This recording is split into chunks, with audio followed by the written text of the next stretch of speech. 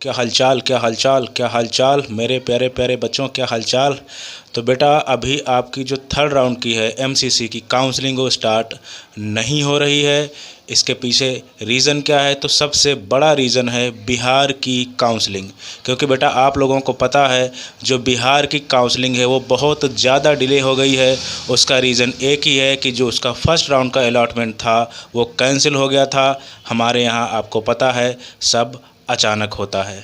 तो बिहार में जो कोर्ट था उसने निर्णय दिया हुआ था कि जो एससी बच्चों को ईबीसी में कन्वर्ट करने के लिए जो है वो राज़ी हुए थे। उसके बाद में क्या हुआ आपको तो पता ही है कि पूरा पूरा अलॉटमेंट कैंसिल हुआ। उसमें बहुत से बच्चों के नुकसान हुए। मेरे भी बच्चे 2-3 थे जो बेटा रो तक दिए थे, लेकिन इन लोगों को कोई फ़र्क नहीं पड़ता। आप समझ सकते हैं।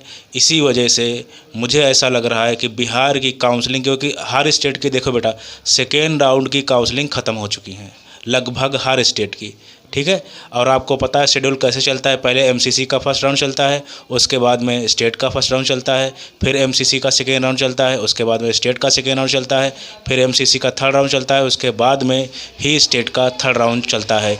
ये आपकी काउंसलिंग की प्रोसेस होती है। लेकिन प्रॉब्लम इसमें यही आ रही है कि हमारा जो बिहार स्टेट है वहाँ जो है सेकेंड राउंड बेटा गांधी जयंती के दिन से स्टार्ट है। आप सोच सकते हो कि कभी भी जब जब छुट्टियां होती हैं तब ये लोग दे रहे हैं कि हाँ ठीक है आओ काउंसलिंग स्टार्ट करते हैं। तो बेटा जानते हो कितने दिन दिए हैं इन लोगों ने बिहार से?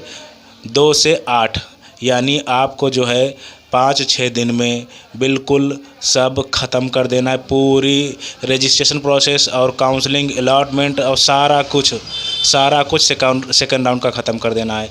इस वजह से चीज़ें डिले हो रही हैं एमसीसी की थर्ड राउंड की, सबसे पहला रीज़न। और दूसरा रीज़न ये है कि बेटा हमारी गवर्नमेंट बहुत ज़्यादा हम लोगों का ख्याल रख रही है, तो बीच बीच में मेडिकल कॉलेज डाल रही है। किस लिए? क्योंकि जो धांधली हुई थी उसको छुपाने के लिए, जो एनटीए ने गड़बड़ किया हुआ था, जो रिजल्ट किया हुआ था, उस वजह से जो ये लोग बीच बीच में खुश करने के लिए ये सारी चीज़ें कर रहे हैं। ठीक है, इसका हम लोग क्या कर सकते हैं? तो ये भी रीज़न है कि अभी आपके और मेडिकल कॉलेज आएंगे, जिसमें मान के चलिए कम से कम लगभग 15 medical college government and private दोनों आने वाले हैं। उसके बाद में सीट का इंक्रीमेंट होगा। तो ये सारी चीज़ें अभी हैं। तो इसी वजह से आपकी थर्ड राउंड की काउंसलिंग स्टार्ट होने में डिले है। या हो सकता है आपको मान के चलो कि बिहार का रिजल्ट आ जाए तब से हो सकता है आपका शेड्यूल आए कि थर्ड राउंड की काउंसलिंग का। लेकिन सबसे ज़्यादा चांसेस यही हैं कि आपके जो है अभी चीज़ें डिले होने वाली हैं एमसीसी थर्ड राउंड की। तो इसमें मैं क्या कर सकता हूँ? इतनी धांधली, इतना सारा कुछ, कोई भी चीज़ें शेड्यूल पे ये लोग करा ही नहीं पा रहे हैं। एक इस बार नीट 2024 ऐसा गया है कि बच्चे बेटा इतना परेशान हुए, उनके साथ में गार्जियन परेशान है। क्योंकि मैं तो काउंसलिंग करा रहा हूँ और मैं तो बात करता हूँ रोज़ बहुत, तो मैं क्या करूँ। ऐसे ऐसे पेरेंट्स हैं बेटा। मैंने जो प्रेफरेंस लिस्ट दी है उसमें बेटा मैंने कॉल्स को अलाउ नहीं किया है। केवल इसमें यही आपको सुविधा दी है कि आप काउंसलिंग के एक दिन पहले मैं आपको कॉल करूँगा या आप मुझे कॉल करेंगे, और बस आपको प्रेफरेंस लिस्ट कैसे भरनी है ये बता दी जाएगी। लेकिन वो इतना परेशान है, कॉल कर रहे हैं और मैं अटेंड भी कर रहा हूँ क्योंकि मैं चीज़ें समझ रहा हूँ, जबकि ये फैसिलिटी नहीं दी थी मैंने प्रेफरेंस लिस्ट में। ये पूरी काउंसलिंग में मैंने दिया हुआ था, लेकिन मैं कर दे रहा हूँ क्योंकि मैं देख रहा हूँ कि पेरेंट्स बच्चे बहुत ज़्यादा परेशान हैं। और इस बार के रूल्स तो इतने टफ हैं कि मतलब, और इतनी फ़ीस, सारा कुछ इतना ज़्यादा महंगा है बेटा। अगर आपको एक बार काउंसलिंग करानी है तो मान के चलो आपके पास 1 लाख रुपए होने चाहिए। और बहुत से ऐसे बच्चे हैं बेटा जिन लोगों ने अपने आप काउंसलिंग करी है तो उनके डॉक्यूमेंट्स में प्रॉब्लम है, उनको रूल्स नहीं मालूम है, तो बेटा वो पेनल्टी भर भर के, यानी आप मान के चलिए कि सेकेंड राउंड में उनकी फ़ीस जब्त हो गई, उसके बाद में थर्ड राउंड में वो जा रहे हैं। क्योंकि बेटा आपको नॉलेज नहीं है तो ये चीज़ें मत करो।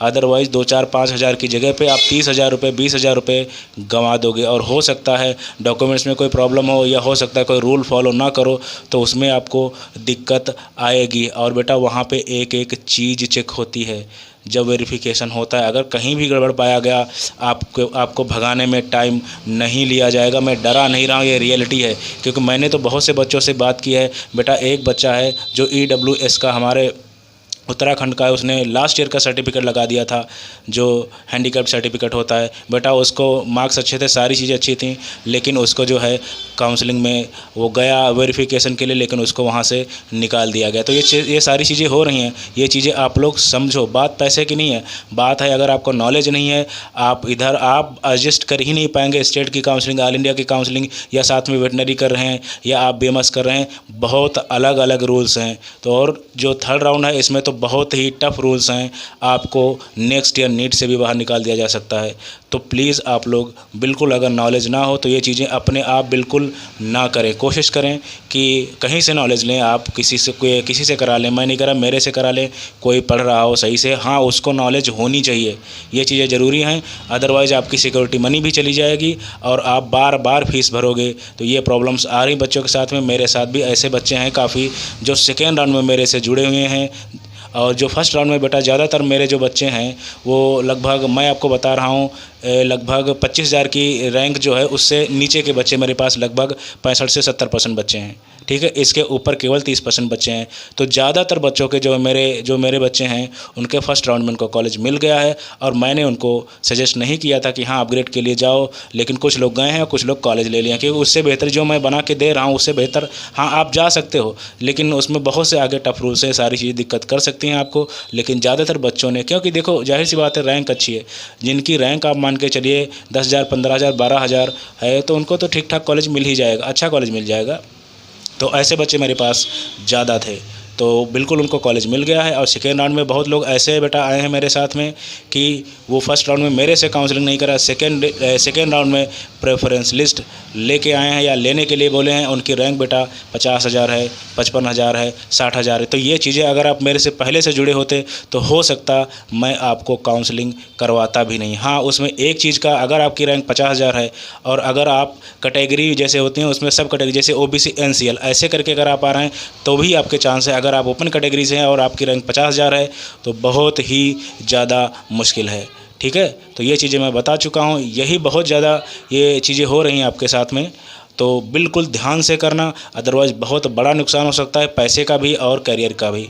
तो मेन रीज़न यही है आपकी MCC थर्ड राउंड स्टार्ट नहीं होने का कि बिहार की काउंसलिंग, दूसरी बात हमारी गवर्नमेंट की लापरवाही, स्टेट की भी और सेंट्रल की भी, क्योंकि बीच बीच में कॉलेज घुसेड़ रहे हैं, ये सब इनको करना था तो काउंसलिंग से पहले कर लेते। इस पे मैंने बहुत बार बात की है।